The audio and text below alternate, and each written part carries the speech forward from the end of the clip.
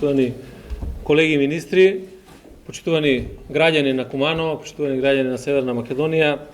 Денеска сме овде заедно со колегите од владата, ќе присуствуваме на седницата на Општинскиот штаб за заштита и спасување, секако во функција на носење на одлуки во однос на пандемијата или спрешувањето на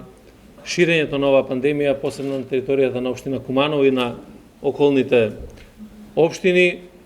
Очекуваме дека тука ќе ги размениме сите информации, ќе ги разгледаме сите опции кои што се во моментот пред нас и стојат на располагање, се со цел да можеме поуспешно да се справуваме со оваа криза и се надевам дека ќе имаме добри заклучоци. Сакам да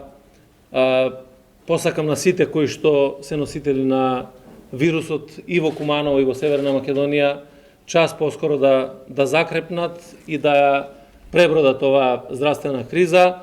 До сите семејства на починатите му искрено сочувство за големата загуба и тоа е најголемата жртва што државата ја плаќа во овој момент. Ние како влада навремено пред многуте држави од регионот воспоставивме мерки за превентива и мерки за заштита кои што даваат резултати.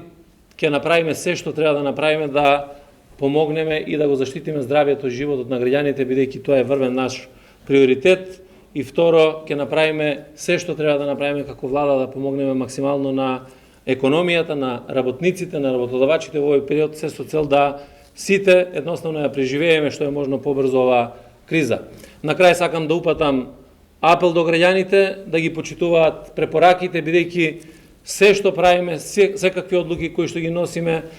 сите концепти кои што ги правиме,